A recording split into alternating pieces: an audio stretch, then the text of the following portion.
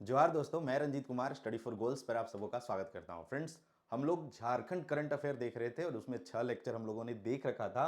और वह कब से फ्रेंड्स? तो जनवरी 2022 से मार्च 2023 के बीच बनने वाले झारखंड के एक्सट्रीमली इंपॉर्टेंट करंट अफेयर देख रहे थे। उसी क्रम में यह 7वां लेक्चर है और यह जो लेक्चर है फ्रेंड्स, कंप्लीटली आने वाले जेपीएससी एग्जाम जो कि 17 मार्च को होने वाला है उसको ध्यान में रख के बनाया गया है। मतलब वैसे ही प्रश्न मैं शामिल किया हूं जिनका जेपीएससी पॉइंट ऑफ व्यू से पूछे जाने की संभावना ज्यादा है। तो बिना देरी किए हुए बढ़ते हैं हम लोग आगे और देखते हैं वो खास खास प्रश्न जहां से एग्जाम में प्रश्न पूछे जा सकते हैं। बाकी फ्रेंड्स, इस नोटिस से आप सभी कोई अवगत हो चुके होंगे। जो जेपीएससी के द्वारा एग्जाम होने वाला असमंजस था वो फाइनली क्लियर हो गया और अब जो एग्जाम है वो कब होगा फ्रेंड्स? तो 17 मार्च को जेपीएससी ने कंफर्म कर दिया कि 17 मार्च को यानी 2024 को एग्जाम होगा। अब एग्जाम का शेड्यूल क्या है? तो 17 मार्च 2024 को पहला जो पेपर होगा वह 10 से 12 सामान्य अध्ययन जो कि जीएस राष्ट्रीय अंतरराष्ट्रीय जीएस वाला होता है, और दूसरा पेपर 2 से 4 जो कि झारखंड सामान्य ज्ञान अध्ययन, झारखंड के जो प्रश्न होते हैं वहां से 100 प्रश्न 200 मार्क्स के पूछे जाएंगे। वह एग्जाम का यह शेड्यूल है। एडमिट कार्ड फ्रेंड्स आपको दिखा रहा है कि एडमिट कार्ड तो 12 से डाउनलोड करना है, लेकिन 10 और 11 यानी आज और कल आप एक लिंक आपको दिया जाएगा जेपीएससी के द्वारा, वहां से आपका एग्जाम सेंटर कौन से जिले में दिया है यह आप देख सकते हैं और बाद में 12 से आप एडमिट कार्ड डाउनलोड कर सकते हैं। ठीक है, चलिए बढ़ते हैं आगे। आगे बढ़ने से पहले फ्रेंड्स, आपकी तैयारी को थोड़ा एक बार क्या होता है एग्जाम में बैठने से पहले प्रैक्टिस करके जाना चाहिए। तो उसी को ध्यान में रखते हुए स्टडी फॉर गोल्स के द्वारा क्या है, तो सफलता का क्वार्टर फाइनल और सफलता का सेमीफाइनल, दो मॉक मतलब हु बहु जैसे एग्जाम होंगे, जिस समय एग्जाम होते हैं उन्हीं टाइम पे आपको स्टडी फॉर गोल्स ऐप पे मॉक करवाए जाएंगे। एक्चुअली ये संडे को ही होने वाला था, लेकिन बहुत से बच्चे संडे को ऑफलाइन टेस्ट दे रहे होते हैं, उसके वजह से हमने इसमें सुधार किया। और पहला जो 11 मार्च को 10 से 12 और 2 से 4 टेस्ट होगा, बाइलिंगुअल टेस्ट होगा और बेस्ड होगा अभी जो हाल फिलहाल एग्जाम हुआ था बैकलॉग, उस पर बेस्ड होंगे। उसी तरह से सफलता का सेमीफाइनल होगा, दूसरा फ्री मॉक आएगा जो कि 14/3/2024 को होगा।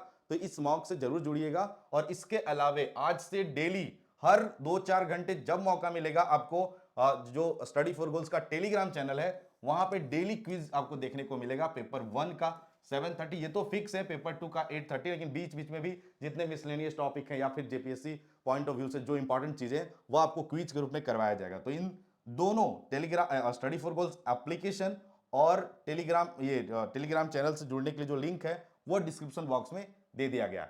ऐप डाउनलोड करने के बाद कुछ नहीं करना है, यहां पे फ्री मॉक टेस्ट में जाइएगा। आपको जिस तिथि मेंशन है उस तिथि को आपको टेस्ट वहां पे उससे पहले अपकमिंग में, और जब टेस्ट का टाइमिंग चल रहा होगा तो ऑनगोइंग में आप दे सकते हैं। जो टाइमिंग मेंशन है उस टाइमिंग पे टेस्ट होगा और उससे आपका एक रैंकिंग जनरेट होगा। बाद में इवनिंग में हम लोग उसको हमेशा के लिए फ्री कर देंगे, ताकि जो ऑफिस वाले हैं या फिर किसी कारणवश टेस्ट नहीं दे पाएंगे उस टाइमिंग पे, तो बाद में देख सकते हैं, बाद में टेस्ट वगैरह जो टेस्ट होंगे वो आप दे सकते हैं। ठीक है, चलिए अब करंट अफेयर क्यों जेपीएससी पॉइंट ऑफ व्यू से इंपॉर्टेंट है?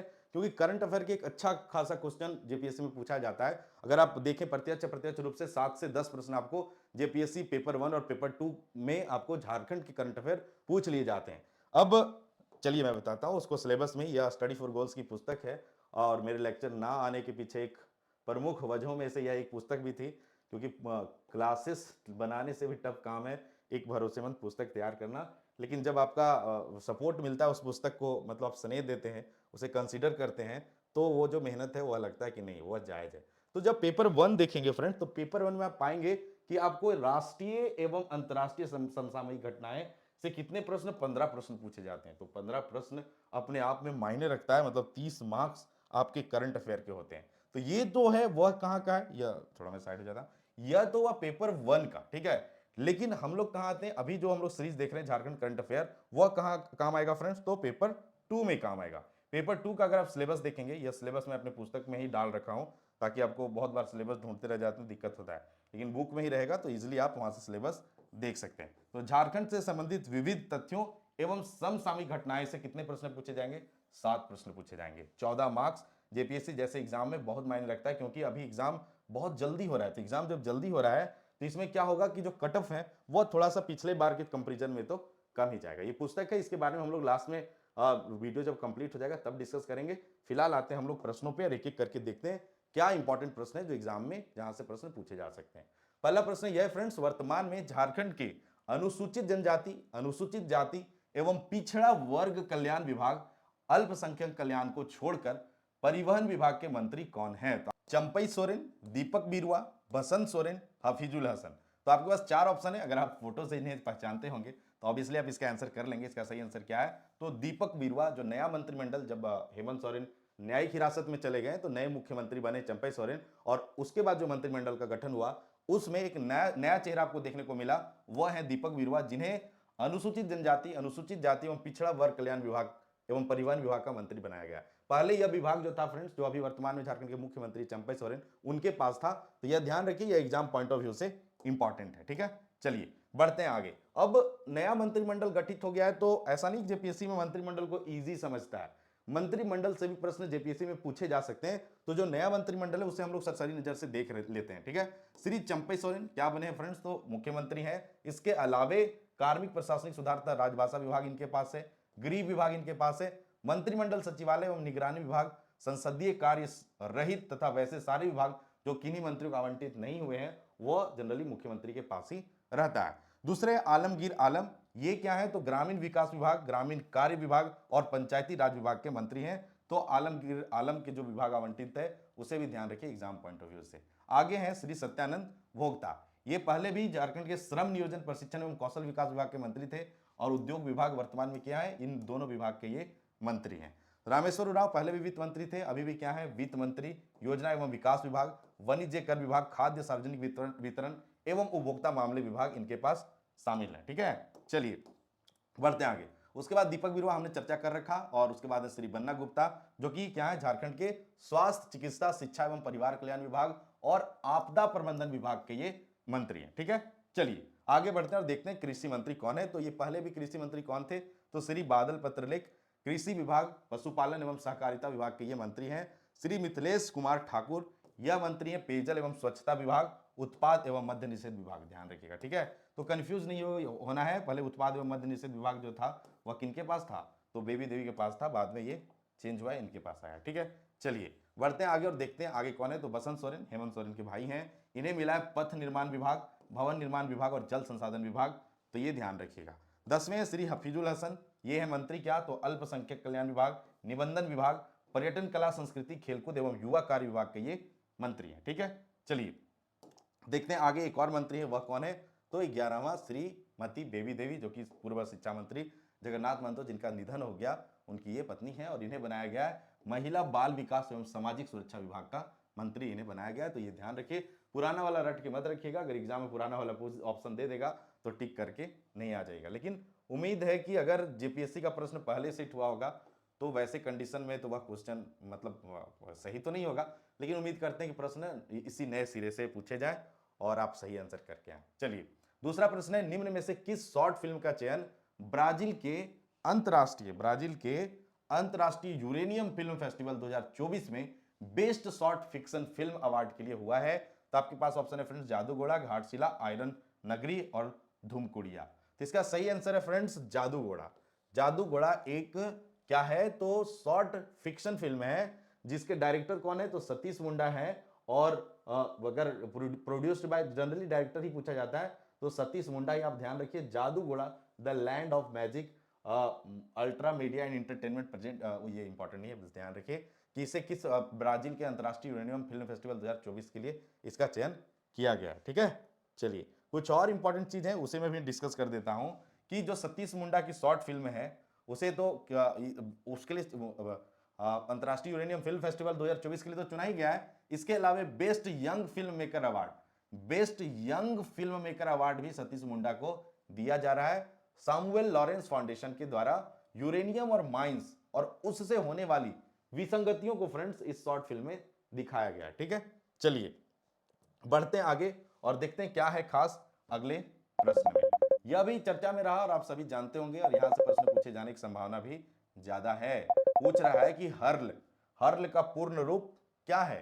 तो आपके पास है हाईटेक उर्वरक एंड रसायन लिमिटेड, हिंदुस्तान उर्वरक एंड रसायन लिमिटेड, हिंदुस्तान ऊर्जा एंड रसायन लिमिटेड और हिंदुस्तान यूरेनियम एंड रसायन लिमिटेड। तो इसका सही आंसर है फ्रेंड्स ऑप्शन बी, हिंदुस्तान उर्वरक एंड रसायन लिमिटेड, यानी देखिए हमने फोटो भी लगा रखा है, हिंदुस्तान उर्वरक एवं रसायन लिमिटेड। यह कहां पे फ्रेंड्स? सिंदरी धनबाद में है और 1 मार्च को माननीय प्रधानमंत्री नरेंद्र मोदी जी के द्वारा इसका उद्घाटन किया गया। तो एग्जाम पॉइंट ऑफ व्यू से ये वेरी वेरी इंपॉर्टेंट है। वर्ष 2018 में प्रधानमंत्री के द्वारा ही इस संस्थान का, उर्वरक संस्थान का नींव रखा गया था। पूर्व में यह, इसका अगर इतिहास को देखेंगे तो पहले भी यह मतलब यहाँ से चीजें उत्पादित की जा रही थी, खाद्य सामग्री वगैरह, लेकिन 2002 में यह बंद हो गया था। बाद में फिर यह दोबारा से 2018 में आधारशिला रखा गया और वर्तमान में यह क्या है, तो खाद्य उत्पादन में अग्रणी होकर काम करने वाला है। ठीक है, चलिए बढ़ते हैं आगे, देखते हैं अगला प्रश्न। आप इस प्रश्न से पूरी तरह से अवगत होंगे कि अबुआ आवास योजना पूरा झारखंड में चर्चा में भी चर्चा का विषय है और गवर्नमेंट ये जो अबुआ आवास योजना है उसको लेकर पूरी तरह से मतलब क्या एक्टिव दिख रही है। तो संभावना है कि जेपीएससी जैसे एग्जाम में यहां से प्रश्न पूछे जा सकते हैं। पूछ रहा है प्रश्न फ्रेंड्स, अबुआ आवास योजना के संदर्भ में निम्न में से कौन सा कथन सही है? तो आपके पास ऑप्शन है, इस योजना की शुरुआत 15 अगस्त 2023 को तत्कालीन मुख्यमंत्री हेमंत सोरेन द्वारा किया गया था। इस योजना के तहत 8 लाख, क्या पूछ रहा है, 8 लाख पक्का आवास निर्माण का लक्ष्य रखा गया है। योजना का लाभ कच्चे घरों में रहने वाले परिवार, आवास विहीन एवं निराश्रित परिवारों को दिया जाएगा और डी ऑप्शन है उपरोक्त सभी। तो ऑब्वियसली इसका सही आंसर क्या हो जाएगा, ऑप्शन डी। और कुछ इस तरह से कुछ और चीजें इसमें आपको अबुआ आवास योजना से संबंध में कि पहले चरण में कितने आवास बनाने का लक्ष्य रखा गया है, दूसरे चरण में कितना रखा गया है, यह सब पूछा जा सकता है। तो जब योजना की क्लासेस आएंगे तो वहां पे एक एक करके सारी योजना को डिटेल में बताऊंगा, तो वहां से आप देख लीजिएगा। तो 3 कमरों का क्या है, पक्का मकान और रसोई घर का होगा निर्माण। इस योजना के तहत प्रति आवास हेतु 2 लाख की सहायता राशि प्रदान किया जा रहा है। अबुआ आवास योजना यह है, 8 लाख पक्का आवास निर्माण का लक्ष्य रखा गया। तो इसे आप ध्यान रखिए। न्यूज़पेपर वगैरह में आप देख रहे होंगे, पहला पेपर जो होता है ना, पहला पेज, वो एकदम भर भर के गवर्नमेंट छाप रही है। तो न्यूज़ वगैरह अगर प्रॉपर फॉलो करेंगे तो वहां से भी आपका जो है करंट अफेयर वाला मुद्दा सॉल्व हो जाएगा। चलिए 5वां प्रश्न है, महिला हॉकी का एशियाई चैंपियंस, महिला हॉकी का एशियाई चैंपियंस ट्रॉफी 2023 का यह आयोजन रांची में कब से कब हुआ था? तो देखिए ये प्रश्न आसान है, लेकिन झारखंड में पिछले वर्ष 2 प्रतियोगिता का आयोजन हो गया। एक जनवरी 2024 में हुआ था, तो 2 प्रतियोगिता का आयोजन हो गया था। एक तो ये हुआ ही था एशियाई चैंपियंस ट्रॉफी 2023, इसके अलावा पेरिस ओलंपिक क्वालिफायर में 8 टीमें, विश्व की 8 टीमें भाग ली और उसका भी आयोजन कहां हुआ था, तो झारखंड रांची में हुआ था। तो अगर आप अच्छे से नहीं पढ़िएगा तो कंफ्यूज हो जाइएगा। इसलिए क्या करना है, इसे एकदम समझना है कि एशियाई चैंपियंस ट्रॉफी 2023 का आयोजन हुआ था, रांची में हुआ था। इसमें कब से कब हुआ था, 27 अक्टूबर से 5 नवंबर 2023, यहां लिख लीजिएगा 2023 के दौरान। यह रांची में मोराबादी में स्थित मरांग गुम के हॉकी स्टेडियम है, वहां पे यह आयोजित किया गया था। और ये डेट याद रख लीजिए। उसके अलावा कुछ खास चीजें और है, वो मैं नोट कर रखा हूं। वह इस प्रतियोगिता का शुभंकर क्या था, तो जूही हथनी, ये रही जूही हथनी शुभंकर के रूप में प्रयोग किया गया था। और टीमों का संख्या इसमें 6 था। विजेता कौन बना, भारत। उप विजेता कौन था फ्रेंड्स, जापान। और player of the tournament Salima Tete को चुना गया था। तो ये खास चीजें हैं किसके लिए, तो एशियाई चैंपियंस ट्रॉफी 2023। आगे जब मैं प्रश्न के रूप में शामिल करूंगा पेरिस ओलंपिक क्वालिफायर, तो वहां पे बताऊंगा कि विजेता कौन रहा और क्या डिटेल वहां से पूछा जा सकता है, ताकि आपका जो दोनों में कंफ्यूजन है वो ना रहे और आप इजिली आंसर कर पाए। छठा प्रश्न है, हाल ही में निर्मित झारखंड हाईकोर्ट भवन, झारखंड हाईकोर्ट भवन जो जिसका उद्घाटन माननीय राष्ट्रपति द्रौपदी मुर्मू जी के उपस्थिति में किया गया था। तो जो झारखंड हाईकोर्ट भवन के लिए बने टेराकोटा पेंटिंग्स किस प्रसिद्ध आर्टिस्ट के द्वारा तैयार किए गए हैं?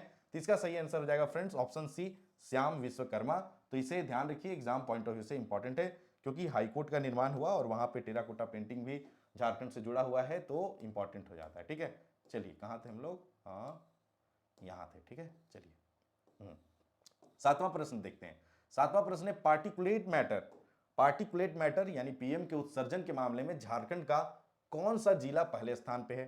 तो इसका आंसर आप याद रखिए क्या है, तो रामगढ़ जिला पहले स्थान पे।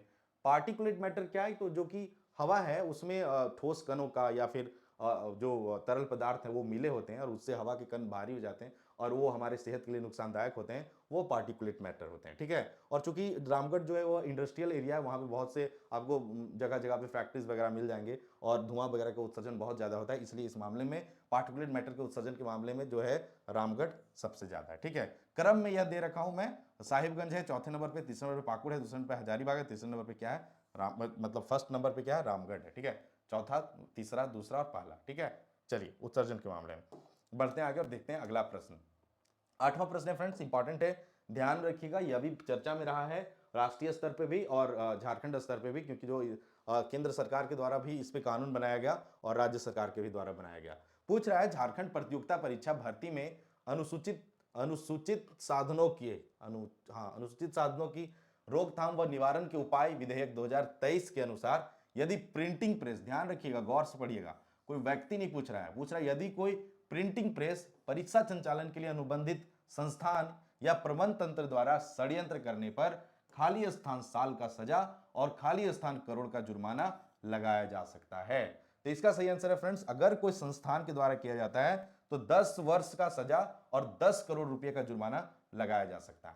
लेकिन अगर कोई छात्र के द्वारा यह किया जाता है, परीक्षार्थी के द्वारा किया जाता है, तो सजा में थोड़ा छूट है और यहां पे सजा क्या है, तो 1 से 3 वर्ष और 5 लाख का सजा है, 5 लाख का सजा, ठीक है। पहले स्टार्टिंग बना था तो 3 वर्ष था, बाद में जब ये पास हो रहा था तो उस समय 1 वर्ष किया गया है, तो इसे भी थोड़ा ध्यान में रख लीजिएगा, ठीक है। चलिए बढ़ते हैं आगे और देखते हैं अगला प्रश्न। 9वां प्रश्न है, झारखंड की छुटनी महतो को किस क्षेत्र में योगदान के लिए पद्मश्री से सम्मानित किया गया था? तो यह इंपॉर्टेंट है क्योंकि छुटनी महतो का झारखंड में सामाजिक कार्य के मामले में बहुत बड़ा योगदान रहा। छुटनी महतो जो है वह कहाँ की रहने वाली है, तो सरायकेला खरसावां की रहने वाली है और ये इनका जो है किस क्षेत्र में, तो डाइन प्रथा, जो डाइन प्रथा इस क्षेत्र में वो एक कुरीति है और यह बहुत व्यापक रूप से कुछ क्षेत्र में झारखंड में फैला हुआ है। तो उस संदर्भ में जागरूकता अभियान इन्होंने बढ़ चढ़कर निभाया, मतलब उसमें बढ़ चढ़कर इन्होंने हिस्सा लिया है क्योंकि ये खुद भी डाइन प्रथा का एक मतलब क्या कहते हैं भुक्तभोगी रह चुके हैं, इनके साथ भी घटना घटा था। उसके बाद इन्होंने निर्णय लिया कि नहीं, मैं इस क्षेत्र में काम करूंगी और आज देखिए भारत के चौथे सबसे सर्वश्रेष्ठ सम्मान पद्मश्री से इन्हें सम्मानित किया गया। ध्यान में रखिएगा, ठीक है। चलिए बढ़ते हैं आगे और देखते हैं 10वां प्रश्न। ओलंपिक में गोल्ड मेडल जीतने वाले झारखंड के खिलाड़ी को राज्य सरकार द्वारा पुरस्कार स्वरूप कितनी धनराशि दी जाएगी? तो इसका सही आंसर है फ्रेंड्स 2 करोड़, अगर कोई गोल्ड लाता है। सिल्वर वाले को 1 करोड़ और ब्रॉन्ज मेडल वाले को 75 लाख। लेकिन 2023 में इसमें क्या कहते हैं कि इस राशि को बढ़ाने का प्रस्ताव को मंजूरी दिया गया था और उसके अनुसार जो प्रस्ताव में बढ़ोतरी था, ये 2 लाख मानी गोल्ड वाले को कितना, 5 करोड़ और सिल्वर वाले को 3 करोड़ और ब्रॉन्ज वाले को 2 करोड़ का प्रस्ताव पारित हुआ था, जिसे मंजूरी दिया गया था। लेकिन वो विधेयक अभी एग्जीक्यूट हुआ या नहीं, इस संदर्भ में आप कमेंट बॉक्स में बताइए कि क्या वाकई में ये पारित हो गया है, और अगर नहीं हुआ है तो इस डाटा को याद रखिए क्योंकि यह जो 2021 में ओलंपिक था उस समय यह लागू था। और भी ध्यान रखिए कि केवल भाग मात्र लेने से 5 लाख रुपये राज्य सरकार द्वारा दिया जाएगा और बाद में जो बढ़ोतरी हुआ था उसमें इसे कितना किया गया था फ्रेंड, तो 7 लाख किया गया था। तो ये सारा डाटा आप ध्यान में रखिए, एग्जाम में प्रश्न पूछे जाएंगे और आपके पास अगर अच्छा इंफॉर्मेशन है तो आप दोनों हिसाब से आंसर कर सकते हैं, ठीक है। क्योंकि जब ऑप्शन होंगे तो ऐसा एकदम से नहीं है कि ऑप्शन ऐसे होंगे कि आप एकदम कंफ्यूज तो नहीं होइएगा, ठीक है। चलिए 11वां प्रश्न है, झारखंड में जून 2023 तक, देखिए लिख दिया, जून 2023 तक अंतर्राष्ट्रीय स्तर पर विशेष ओलंपिक में भाग लेने के लिए दिव्यांग खिलाड़ियों को कितनी राशि दी जाएगी? इसका सही आंसर है कितना, 50,000 रुपए, ठीक है, दिव्यांग खिलाड़ियों को। चलिए बढ़ते हैं आगे और देखते हैं अगला प्रश्न। उससे पहले बता दूं फ्रेंड्स, जेपीएससी पेपर 2 में कुछ टॉपिक हैं, वो है मिसलेनियस टॉपिक, जहां से अच्छे खासे प्रश्न पूछे जाते हैं। तो हम चाहते हैं कि आपकी तैयारी में जितना योगदान हो सके इस वीक के दौरान हम आपके लिए करें, और आपको जेपीएससी मिसलेनियस टॉपिक का मानवाधिकार का जो पहला लेक्चर है वो आपको आज इवनिंग तक या कल मॉर्निंग तक आपको देखने को स्टडी फॉर गोल्स पे मिलेगा। तो आप अगर नए हैं तो चैनल को सब्सक्राइब कर लीजिए और इसके पीडीएफ आपको टेलीग्राम वगैरह से डाउनलोड करने का ऑप्शन मिलेगा। तो थोड़ा सा इसमें क्या होगा, हम लोग प्रीवियस ईयर क्वेश्चन देखेंगे, उसके बाद मानवाधिकार क्या है वो सब देखेंगे, और लास्ट में क्या क्या क्वेश्चन पूछे जा सकते हैं वह देखेंगे। क्योंकि ये ऐसे टॉपिक है फ्रेंड्स कि यहाँ पे अगर 20 क्वेश्चन 25 क्वेश्चन बनाइएगा तो उसके बाद क्वेश्चन ही बनना बंद हो जाता है। और जेपीएससी भी 3 सालों में कुछ उसी तरह से प्रश्न पूछा है, एकदम से हाईलाइटेड प्रश्न, ठीक है। चलिए थोड़े से फॉन्ट मुझे लग रहे हैं छोटे हैं, और मैं कोशिश करूंगा जो अगला इसका 8वां लेक्चर होगा उसमें मैं फॉन्ट बढ़ाने का प्रयास करूंगा, ठीक है। चलिए प्रश्न है महेंद्र सिंह धोनी, मैं कई बार कह रखा हूँ जेएसएससी के जेपीएससी और जेएसएससी के फेवरेट बिंदु हैं, इनसे जुड़े प्रश्न अगर ना पूछे जाएं तो प्रश्न का जो शोभा है वो बढ़ता नहीं, ठीक है। प्रश्न है फ्रेंड्स, महेंद्र सिंह धोनी के संबंध में निम्नलिखित कथनों पर विचार करें। पूछ रहा है उनका जन्म कब हुआ था, तो 7 जुलाई 1981 को बता रहा है हुआ था, तो भाई यह तो सही है। 7 इनका नंबर है, और ये जो 7 नंबर इनका जर्सी नंबर उसे हाल फिलहाल ही बीसीसीआई द्वारा रिटायर्ड किया गया है। मतलब 7 नंबर का जर्सी किसी भी भारतीय खिलाड़ी को नहीं दिया जाएगा, जैसे 10 नंबर का जर्सी सचिन तेंदुलकर का था, उसे भी रिटायर किया गया था पूर्व में। यह भी information current affair point of view से इंपॉर्टेंट है, तो ध्यान रखिएगा। ये IPL team Chennai super Kings को अपनी कप्तानी में 5 खिताब जिता रखे हैं। हाँ रुकिए थोड़ा सा, 1 सेकेंड। 5 खिताब दिलाए हैं, ठीक है। तो भाई यह भी सही है, 5 खिताब इन्होंने दिलाया। तीसरा है, ये आईपीएल सीजन 2016 एवं 2017 में पुणे सुपर जायंट के भी कप्तान थे। तो कुछ इशू की वजह से 2 सालों के लिए बैन कर दिया गया था चेन्नई सुपर किंग्स, और क्या एक और टीम कौन थी, तो राजस्थान रॉयल्स ना। चेन्नई सुपर किंग्स और राजस्थान रॉयल्स को बैन किया गया था। चौथा ऑप्शन, इस पे विचार करेंगे हम लोग। चौथा ऑप्शन है, उनकी कप्तानी में 2007 का टी20 विश्व कप एवं 2011 का एक दिवसीय अंतर्राष्ट्रीय विश्व कप भारत ने जीता था। तो अब इसमें विचार कीजिए, बहुत से आप क्रिकेट देखते हैं, तो बताइए कि आईपीएल सीजन में जब ये पुणे सुपर जायंट्स के लिए खेल रहे थे, तो क्या ये कैप्टन थे या नहीं थे, ठीक है। कमेंट बॉक्स में डिटेल में बताइए। बाकी मैं तो बता रहा हूं कि ये आईपीएल सीजन 2016 में कप्तान थे, लेकिन 2017 में इनसे कप्तानी लेकर स्टीव स्मिथ को दिया गया था। तो ये ऑप्शन क्या हो जाएगा, गलत हो जाएगा। तो यहां पे ऑप्शन देखेंगे तो पाएंगे क्या, 1, 3, 1, 2 और 4, यानी 1, 2 और 4 सही है, क्योंकि क्या पूछा है, कौन सा कथन सही है। गलत पूछता तो कुछ और आंसर होता, ठीक है। तो ये ध्यान रखिए, इंपॉर्टेंट है, इस तरह के प्रश्न जेपीएससी जैसे एग्जाम में पूछे जाते हैं, ठीक है। चलिए अगला प्रश्न है, क्या है, थोड़ा सा जूम वाला इशू है।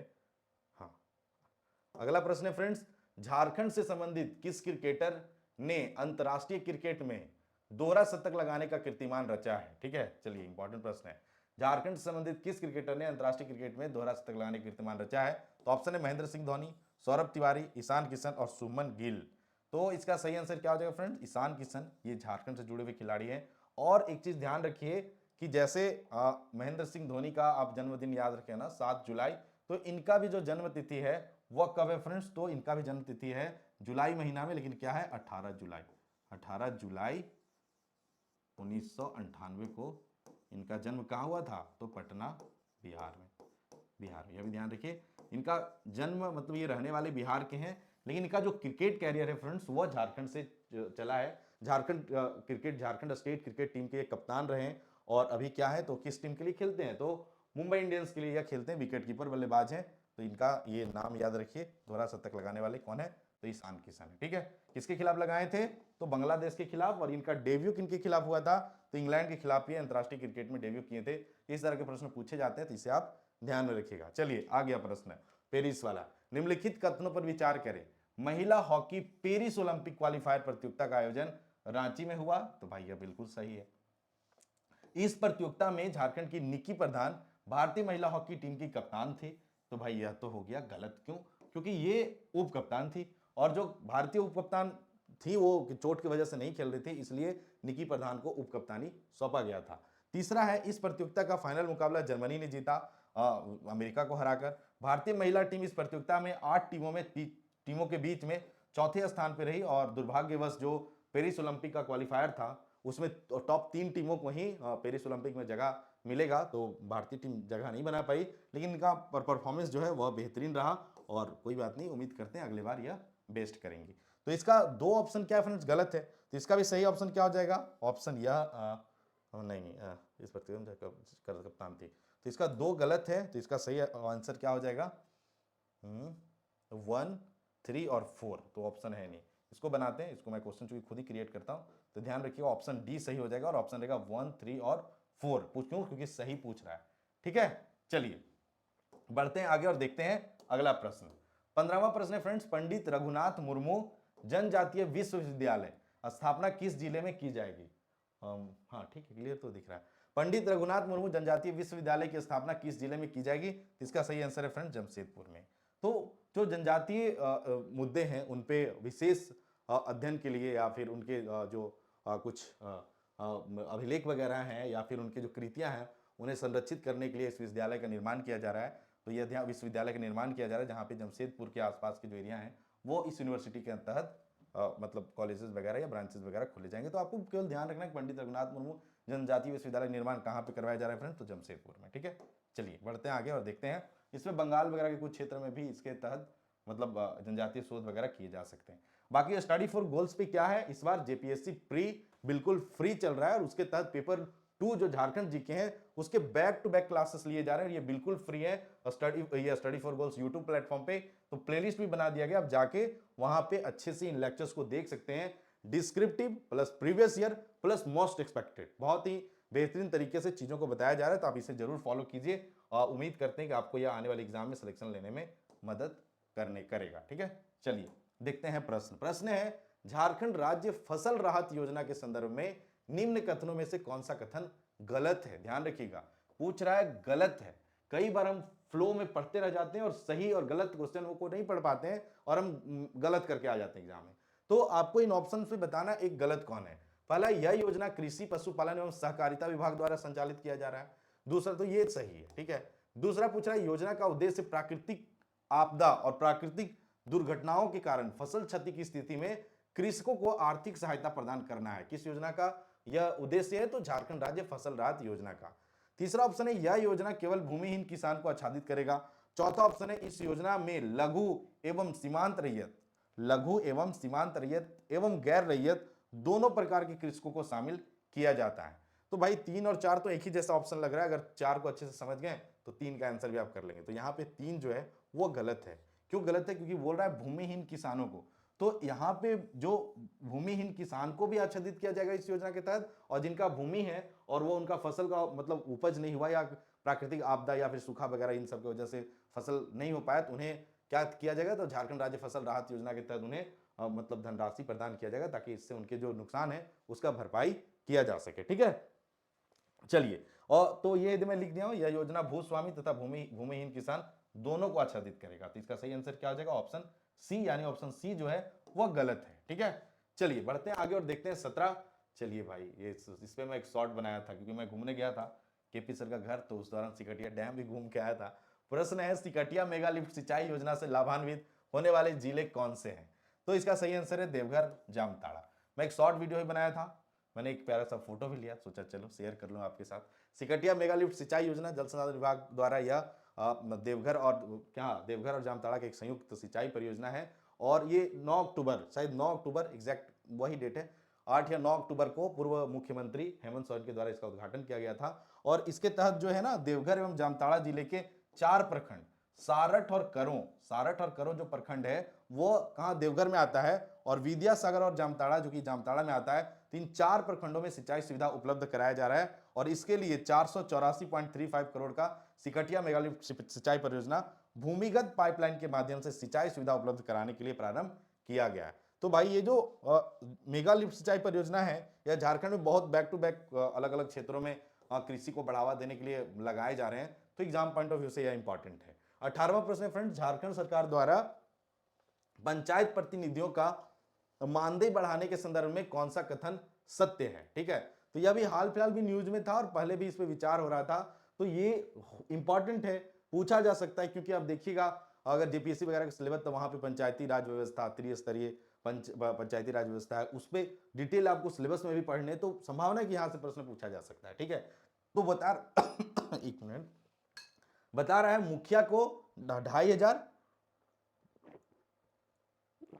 उप मुखिया को 1200, पहला ए ऑप्शन है। दूसरा बी ऑप्शन क्या है? जिला परिषद को 12,000 और जिला परिषद उपाध्यक्ष को 10,000 मानदेय मासिक है।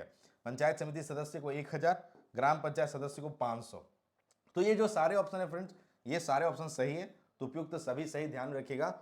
लेकिन इसके अलावा प्रमुख उप प्रमुख ये सब जो डेटा है वो भी देख लीजिएगा, कोई भी करंट अफेयर की एक पुस्तक आप ले लीजिएगा, तो आप ये चीजें मिल जाएगा, तो वहां से आप देख सकते हैं। बाकी ये पीडीएफ भी मैं साझा करूंगा, आज ही इवनिंग में साझा कर दूंगा, ताकि एग्जाम में समय नहीं है तो आप इजिली मतलब चीजों को रिवाइज करके जाए। मैं टिक करके आंसर टिक करके भी साझा कर दूंगा। ठीक है, चलिए प्रश्न है फ्रेंड्स, झारखंड बजट 2022-23 के तुलना में वर्ष 2023-24, क्योंकि अभी जो बजट 2024-25 वाला है, मुझे नहीं लगता वहां से जेपीएससी प्रश्न पूछेगा, इसलिए मैं पिछला ही बजट के डाटा यहाँ पे ऐड किया हूं, ताकि आपको मतलब प्रश्न यहां से पूछे तब आंसर कर पाए। झारखंड बजट 2022-23 की तुलना में वर्ष 2023-24 का बजट कितना प्रतिशत बढ़ा है? तो इसका डायरेक्ट आप आंसर याद रखिए, कितना बढ़ा है? तो 15.15% बढ़ा है। ठीक है, बजट जो था 2023-24 का वह कितना था फ्रेंड? तो 1,16,418 करोड़ का था ना। और अभी आपको याद होगा 2024-25 का बजट कितना है फ्रेंड? तो 1,28,900 करोड़ का है। यह भी आप ध्यान रखिए, आने वाले एग्जाम में आपको काम आएगा, क्योंकि यह वीडियो यूट्यूब पे रहेगा, सीजीएल जैसे एग्जाम होंगे तो वो उन एग्जाम पॉइंट ऑफ व्यू से ये जो नए डेटा है वह काम आ जाएंगे। 20वां प्रश्न है फ्रेंड्स, निम्न में से किसके सहयोग से मेदिनीनगर शहरी जलापूर्ति योजना का क्रियान्वयन किया जा रहा है? तो शहरी जलापूर्ति योजना है और यह किसके सहयोग से किया जा रहा है? तो इसका आंसर है फ्रेंड्स एशियन डेवलपमेंट बैंक के सहयोग से यह किया जा रहा है। तो एग्जाम पॉइंट ऑफ व्यू से यह इंपॉर्टेंट है, एकदम इसको ध्यान में रखिएगा, ठीक है। चलिए, सीएनटी एक बहुत इंपॉर्टेंट है, अगर आप जीपीएससी पीटी पेपर 2 को ध्यान में रखते हुए यहां से 12 प्रश्न पूछे जाते हैं लैंड रिलेटेड सीएनटी और एसपीटी से। तो 25 प्लस वस्तुनिष्ठ प्रश्न प्लस में डिटेल नोट्स के साथ केपी सर के द्वारा यह क्लास पिछले ही इवनिंग में लिया गया, तो यूट्यूब पे अवेलेबल है, इसे देख लीजिएगा, इसका पीडीएफ भी हम लोग साझा कर देंगे। 21वां प्रश्न है फ्रेंड्स, झारखंड बजट 2023-24 में निम्न में से कौन सी सिंचाई परियोजना प्रस्तावित है? ऑप्शन है पटमदा मेगा लिफ्ट सिंचाई योजना, पलामू मेगा लिफ्ट सिंचाई योजना, और ए और बी दोनों, और इनमें से कोई नहीं। इसका सही आंसर क्या है फ्रेंड्स? सी, ए और बी दोनों। पिछले बजट में इन दोनों सिंचाई मेगा लिफ्ट सिंचाई योजना का मतलब तैयार करने का प्रस्ताव था। पटमदा कहां पे फ्रेंड्स? यह पूर्वी सिंहभूम में, पलामू तो आप जानते ही हैं। और इसके अलावा मैं अभी जिक्र किया था मसलिया रानीसर जीत के, मैं तो जिक्र किया था सिकटिया मेगा लिफ्ट सिंचाई परियोजना जो कि देवघर जामताड़ा का है, और दुमका में भी है एक मसलिया रानीश्वर मेगा लिफ्ट सिंचाई परियोजना जो कि पहले से ही मतलब इस पे वर्क चल रहा है और इस पे कार्य हो रहा है। तो ये चारों जो है आपको ध्यान रखना चाहिए, प्रश्न पूछा जाएगा तो इन्हीं में से किसी एक से आपसे प्रश्न पूछ लिया जाएगा, ठीक है। चलिए बढ़ते हैं आगे और देखते हैं 22वां प्रश्न। 22वां प्रश्न फ्रेंड्स, हाल ही में जारी क्या? तो NIRF national institute of ranking framework 2023 के अनुसार निम्न कथनों पर विचार कीजिए। पहला है, टॉप यूनिवर्सिटी रैंकिंग में बीआईटी रांची को 71वें स्थान पर रखा गया है। तो जो यूनिवर्सिटी का रैंकिंग है फ्रेंड्स, उसमें बीआईटी रांची को 71वें स्थान पर रखा गया है, यह बिल्कुल सही है। बी ऑप्शन है, मैनेजमेंट कॉलेज की रैंकिंग में एक्सएलआरआई जमशेदपुर 9वें स्थान पर रहा है। तो मैनेजमेंट कॉलेज की सूची में एक्सएलआरआई जमशेदपुर 9वें स्थान पे है, यह भी बिल्कुल सही है। सी ऑप्शन है, इंजीनियरिंग कॉलेज की रैंकिंग में आईआईटी धनबाद को 17वां स्थान मिला है। तो आईआईटी धनबाद को 17वां स्थान मिला है, और इंजीनियरिंग कॉलेज की रैंकिंग में ये क्या आईआईटी मद्रास पहले स्थान पे, national current affair point of view से इसे भी ध्यान में रखिए। लॉ कॉलेज की कैटेगरी में रांची के national university of studies and research in law को 24वें रैंक पर रखा गया है। तो ये सारे ऑप्शन सही है, यानी ऑप्शन डी जो है, ऑप्शन डी जो है फ्रेंड्स, वह पूछ रहा है कौन सा सही, तो ऑप्शन डी सही हो जाएगा। इसके अलावा कुछ और मैं यूनिवर्सिटी रैंकिंग नोट किया था कि इंस्टीट्यूट ऑफ साइंस क्या है, तो इंस्टीट्यूट ऑफ साइंस, साइंस कहां? बेंगलोर, बेंगलोर। यह यूनिवर्सिटी रैंकिंग में पूरे देश भर में पहले स्थान पे है। तो अगर नेशनल जीके में 15 सवाल है, तो अगर प्रश्न पूछे तो इसे ध्यान रखिएगा। दूसरे स्थान पे कौन है? तो जेएनयू। और तीसरे स्थान पे कौन है? तो जामिया मिलिया इस्लामिया। और चौथे स्थान पे जादवपुर विश्वविद्यालय। और 5वें स्थान पे कौन है? तो बीएचयू। तो ये कुछ यूनिवर्सिटी वाला रैंकिंग है, आपको national current affair point of view से इंपॉर्टेंट है, तो आपको ध्यान रखना चाहिए, ठीक है। चलिए बढ़ते हैं आगे और देखते हैं आज का 23वां प्रश्न है। प्रश्न है फ्रेंड्स, हाल ही में विमोचित एक पुस्तक है, जो पुस्तक का क्या नाम है? तो सभ्यता का संकट बनाम आदिवासियत। यह रही पुस्तक, सभ्यता का संकट बनाम आदिवासियत। पूछ रहा है इसके लेखक कौन है? तो इसके लेखक कौन है फ्रेंड्स? घनश्याम। तो यह इंपॉर्टेंट है, पुस्तक तो भाई जेपीएससी पुस्तक के वाले प्रश्न तो पूछता ही पूछता है। और 2021 में आप देख लीजिएगा लैंड से 4 प्रश्न पुस्तक से है। अभी बैकलॉग वाला एग्जाम हुआ, वहां पे भी 3-4 पुस्तक से। तो पुस्तक पे भी एक डिटेल में वीडियो बना रखा हूं, डिस्क्रिप्शन बॉक्स में डाल दूंगा, आप देख लीजिएगा, वो भी एग्जाम पॉइंट ऑफ व्यू से इंपॉर्टेंट है, ठीक है। उससे पिछले बार प्रश्न ये इसमें जो एग्जाम हुआ पिछले जो जेएसएससी वगैरह, तो वहां पे मैं कुछ करंट अफेयर करवाए थे, वहां से वो प्रश्न पूछे गए थे। और आप ऐसे भी मैं वैसे करंट अफेयर करवा रहा हूँ जो एग्जाम पॉइंट ऑफ व्यू से मतलब थोड़े एक्सट्रीमली इंपॉर्टेंट होते हैं, ज्यादा इंपॉर्टेंट होते हैं। ये यहाँ से भी प्रश्न पूछा था बैकलॉग में, क्या पूछा था बैकलॉग में कि झारखंड का जो होटवार रांची में स्थित मेगा स्पोर्ट्स कॉम्प्लेक्स है, वहां पे कुल कितने स्टेडियम है? तो 8 स्टेडियम है। जब मैं पिछले बार करंट अफेयर पढ़ा रहा था तो 8 और 10 में कंफ्यूज था, तो बाद में मैंने बोला कि आंसर की आदेश देते हैं बैकलॉग वाला, जेपीएससी क्या आंसर देता है क्लियर हो जाएगा। तो जेपीएससी का जो आंसर आया फ्रेंड्स, उसमें खिलगांव में कुल इंडोर आउटडोर स्टेडियम मिला के कितने स्टेडियम है? तो 8 स्टेडियम है। जेपीएससी ने आंसर की मैं बताया, तब ध्यान रखिए, काउंट भी कीजिएगा तो 8 ही होगा। तो ये जो टाना भगत इंडोर स्टेडियम है वह कहाँ स्थित है फ्रेंड्स? तो खिलगांव होटवार रांची में, ठीक है।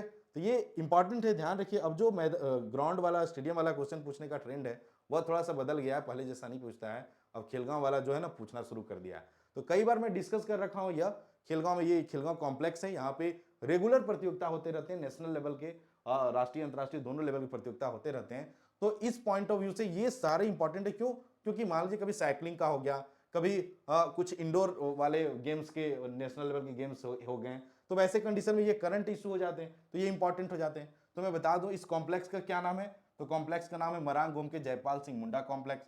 यहाँ पे आउटडोर स्टेडियम है बिरसा मुंडा एथलेटिक्स स्टेडियम, ठीक है, तुमराव सिंह शूटिंग रेंज, वीर बुद्धू भगत जल क्रीड़ा स्टेडियम, सिद्धू कानू वेलोड्रम, और इंडोर स्टेडियम है विश्वनाथ साधे इंडोर स्टेडियम, हरिवंश ताना भगत इंडोर स्टेडियम, गणपत राय इंडोर स्टेडियम, और एक प्रशासनिक ब्लॉक है जिसका नाम है शेख भिखारी एडमिनिस्ट्रेटिव ब्लॉक। तो ये इंपॉर्टेंट है, एग्जाम पॉइंट ऑफ व्यू से 2-3 बार मैं रिवाइज करा दिया हूं। अब अगर यहां से प्रश्न पूछता है और तो गलत नहीं होना चाहिए भाई, ठीक है। चलिए 25वां प्रश्न इंपॉर्टेंट है, जेपीएससी में पिछले 2021 में एक प्रश्न भी पूछा था, उम्मीद करते हैं कि इस बार भी घुमा के आपसे प्रश्न पूछ रहा है। मरांग गोमके जयपाल सिंह मुंडा पारदेशीय छात्रवृत्ति योजना के संदर्भ में निम्न में से कौन सा कथन असत्य है? क्या पूछ रहा है? असत्य है, सत्य नहीं पूछ रहा है। तो पूछ रहा है यह योजना झारखंड के एससी एसटी अल्पसंख्यक एवं पिछड़ा वर्ग के छात्र छात्राओं के उच्च शिक्षा से संबंधित है। तो भाई यह ऑप्शन बिल्कुल सही है। क्यों सही है? स्टार्टिंग में यह जो था केवल एससी एसटी बच्चों के लिए था, 10 बच्चों के लिए, लेकिन बाद में अगले साल इसमें सुधार किया गया और 25 बच्चों के साथ ही इसमें अल्पसंख्यक और पिछड़ा वर्ग भी शामिल किया गया है। बी ऑप्शन है इस योजना के लाभ लेने हेतु छात्र छात्राओं की अधिकतम उम्र सीमा 30 वर्ष होनी चाहिए। तो भाई यह है गलत। क्यों? क्योंकि अधिकतम उम्र सीमा कितना होना चाहिए? 35 वर्ष होना चाहिए। तो ये ध्यान में रखिएगा। आगे है कि आवेदक और आवेदक के माता पिता अभिभावक की संपूर्ण पारिवारिक आय 12 लाख रुपए से अधिक नहीं होनी चाहिए प्रति वर्ष। सरकार द्वारा 25 योग्य विद्यार्थियों को विदेश से उच्च शिक्षा प्राप्त करने हेतु चयन किया जाता है। तो विदेश में कहा फ्रेंड्स? तो ग्रेट ब्रिटेन और नॉर्दर्न आयरलैंड में जो कुछ यूनिवर्सिटी है, चिन्हित यूनिवर्सिटी, वहां पे उच्च शिक्षा के लिए इन्हें भेजा जाता है, ठीक है। तो यह इंपॉर्टेंट है, ये बस जानिएगा। 30 वर्ष नहीं, जो पैमाना है उसमें अधिकतम उम्र कितना होना चाहिए? 35 वर्ष होना चाहिए, ठीक है। अधिकतम उम्र सीमा कितना है? 35 वर्ष है, ठीक है। चलिए तो बढ़ते हैं आगे और देखते हैं आगे क्या है। हाँ तो फ्रेंड्स,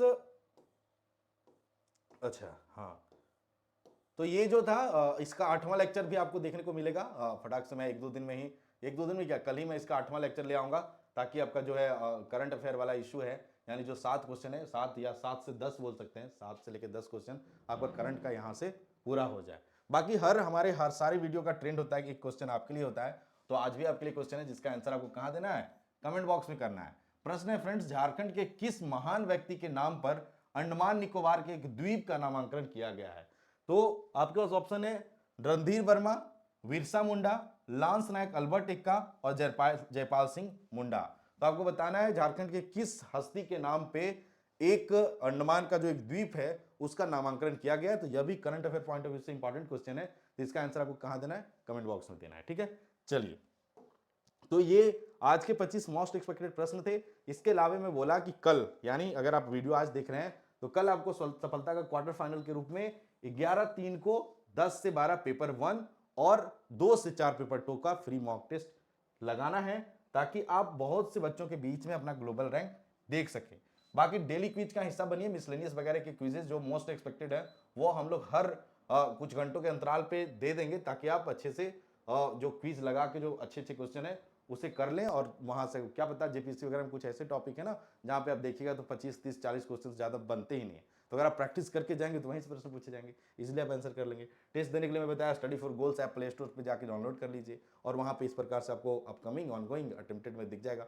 जब टेस्ट का समय होगा उससे पहले आपको अपकमिंग में दिखते रहेगा, और जैसे टेस्ट का समय हो जाएगा तो ऑनगोइंग में दिखेगा, और जब आप टेस्ट लगा लेंगे तो अटेम्प्टेड में जाके आप पूरा डीप एनालिसिस कर सकते हैं, आपने कितना अटेम्प्ट किया, कितने बच्चों ने टेस्ट लगाया, यह सब चीजें आप देख सकते हैं। अब आते हैं बुक पे। तो पिछले कई दिनों से मेरे क्लासेस नहीं आ रहे थे, क्योंकि मैं अपने प्रोफेशनल वर्क में भी व्यस्त था, और ये बुक का काम था, ये मुझे बनाने के बाद एहसास हुआ कि जो क्लासेस लेने हैं उससे ज़्यादा कॉम्प्लिकेटेड काम है, बहुत मेहनत इसमें खोजता है, और प्रश्नों के चयन के साथ साथ चूंकि मुझे ऐसे कंटेंट बनाने होते हैं कि कम बने लेकिन ऑथेंटिक बने, और वो आपके एग्जाम में मतलब पूरी तरह से मतलब क्या भरोसा के साथ सहायक हो।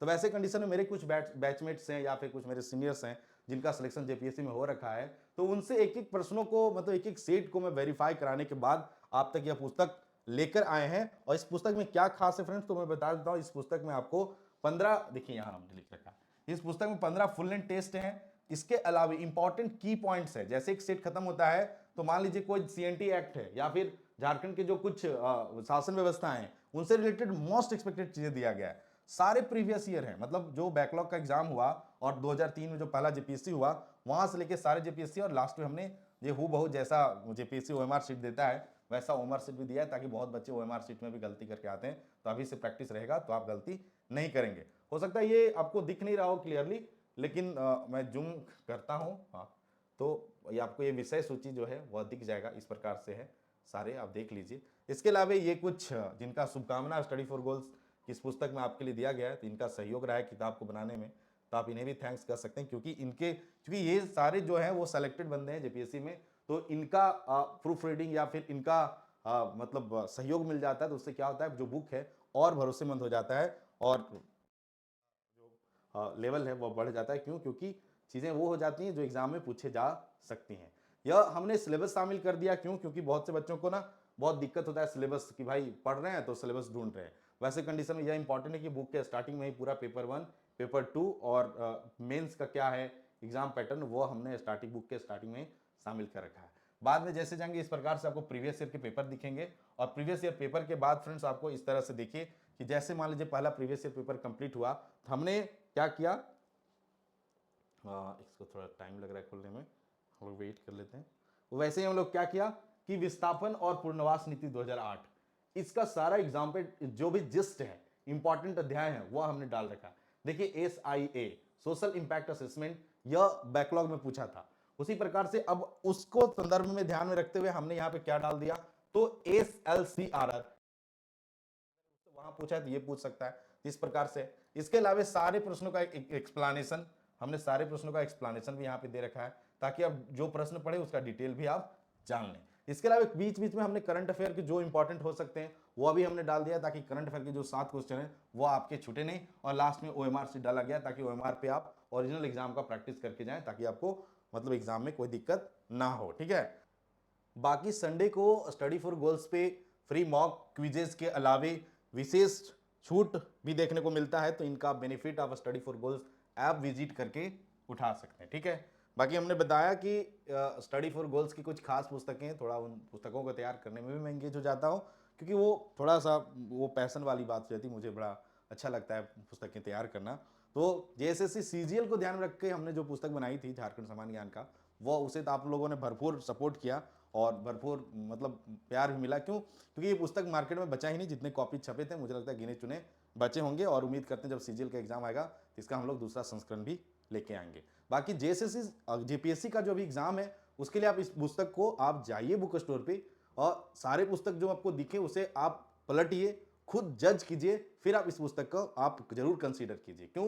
क्योंकि इसमें हमने केवल मॉक नहीं दे रखा है, मॉक इसके तैयार करने में हमने मेहनत कर रखा है। क्यों? क्योंकि जैसे हम लोग मॉक बनाते हैं तो हम लोग क्या करते हैं, पहले सबसे पहले मॉक को प्रीवियस ईयर के जो पेपर होते हैं, खास करके हाल फिलहाल जो प्रीवियस ईयर के पेपर होते हैं उन्हें एनालिसिस करते हैं, उसके बाद हम उनके आधार पे उनके बेस पे प्रश्न सेट करते हैं। देन जो हमारे कुछ फ्रेंड्स हैं जिनका जेपीएससी पूर्व जेपीएससी में सिलेक्शन हो रखा है, या फिर कुछ मेरे सीनियर्स हैं, उनके सहयोग से चीजों को वेरीफाई करवाता हूं, तब जाकर पुस्तक आपके लिए डिलीवर होता है। इसके अलावे जब भी आप सेट या मॉक लगाते हैं उसके बाद जो इंपॉर्टेंट की पॉइंट्स हैं, जस्ट लाइक सीएनटी हो गया या एसपीटी हो गया या फिर पूर्णवास नीति वगैरह है, या फिर जो भी इंपॉर्टेंट टॉपिक है, जो भी खेल खिलाड़ी हो गए या इंडस्ट्रीज हो गए या फिर ये मतलब मिसलेनियस टॉपिक हो गए, उन सबको बीच बीच में हमने डाल रखा कि मॉक लगाने के बाद उन्हें आप पढ़ लें। क्योंकि ये वैसे टॉपिक है जहां पे 10-15 पॉइंट अगर आपने रट देख के चल गए, जेपीएससी का सिलेबस है ना बड़ा परिष्कृत है, ऐसा सिलेबस मुझे नहीं लगता कहीं मिलेगा, बहुत अच्छे से चीजों को मतलब क्लियरिफाई किया गया है।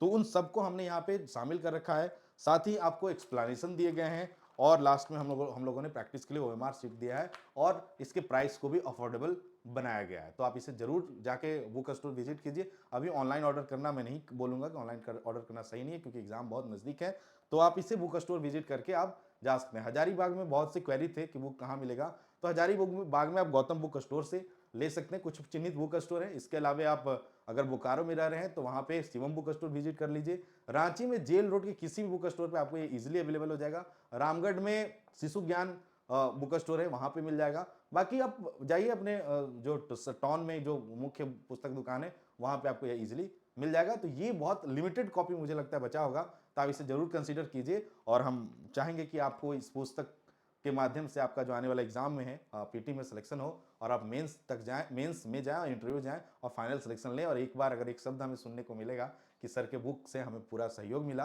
पीटी पास होने में, तो यही हमारे लिए क्या होगा, अचीवमेंट होगा। तो यही था आज का वीडियो फ्रेंड्स। बहुत दिनों के बाद मेरा लेक्चर आया, तो खैर कोई बात नहीं। ये जो अब जो लेक्चर की फ्रीक्वेंसी है वो बढ़ेंगे, मैं जल्दी जल्दी लेक्चर लाने का प्रयास करूंगा। और मिसलेनियस वाले टॉपिक के साथ मैं बहुत जल्द मिलता हूँ, आज लेट नाइट तक या फिर अर्ली मॉर्निंग का, ठीक है। तब तक आप अपना ख्याल रखिए और लास्ट 7 से 8 दिन एकदम ईच एंड एवरी सेकंड अपने आप को एकदम झोंक दीजिए पढ़ाई में, जितना पढ़ सकते हैं। खास करके कुछ जो मिसलेनियस में टॉपिक वगैरह बोला जहां से फिक्स क्वेश्चन आते हैं उन्हें एकदम सरसरी नजर से देख लीजिए। सारे प्रीवियस ईयर कर लीजिए, सारे प्रीवियस ईयर तो इसी से हो जाएंगे, क्योंकि 2003 से लेकर अब तक जितने भी जेपीएससी के द्वारा एग्जाम लिए गए वो हमने यहाँ पे शामिल कर रखा है। और उसमें केवल झारखंड जीएस, अब तो पैटर्न बदल गया ना, झारखंड जीएस 2016 से पहले कुछ और थे, तो केवल झारखंड जीएस वाले प्रश्नों को हमने शामिल कर रखा है। तो उससे क्या होगा कि आपको पता चल जाएगा कि जेपीएससी कैसा प्रश्न पूछता है। तो यही था आज का लेक्चर।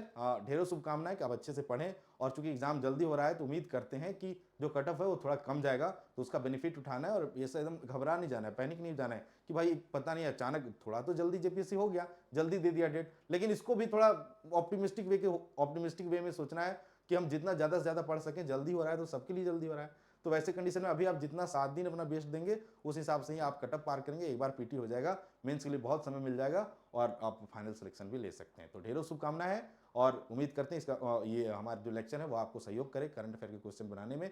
और इसका पीडीएफ भी इवनिंग तक आपको टेलीग्राम में भेज दिया जाएगा। बाकी इंपॉर्टेंट लिंक इस वीडियो के डिस्क्रिप्शन बॉक्स में, तो वहाँ पे आप विजिट करके जुड़ जाइएगा। और क्विजेज वगैरह में हम लोग बैक टू बैक अच्छे प्रश्न करवाने वाले हैं, तो क्विजेज का भी हिस्सा जरूर बनिएगा, ठीक है। चलिए, ऑल द बेस्ट। मिलता हूँ मैं इस श्रृंखला के 8वें लेक्चर और मिसलेनियस वाले लेक्चर के साथ, ठीक है। चलिए, bye bye and take care.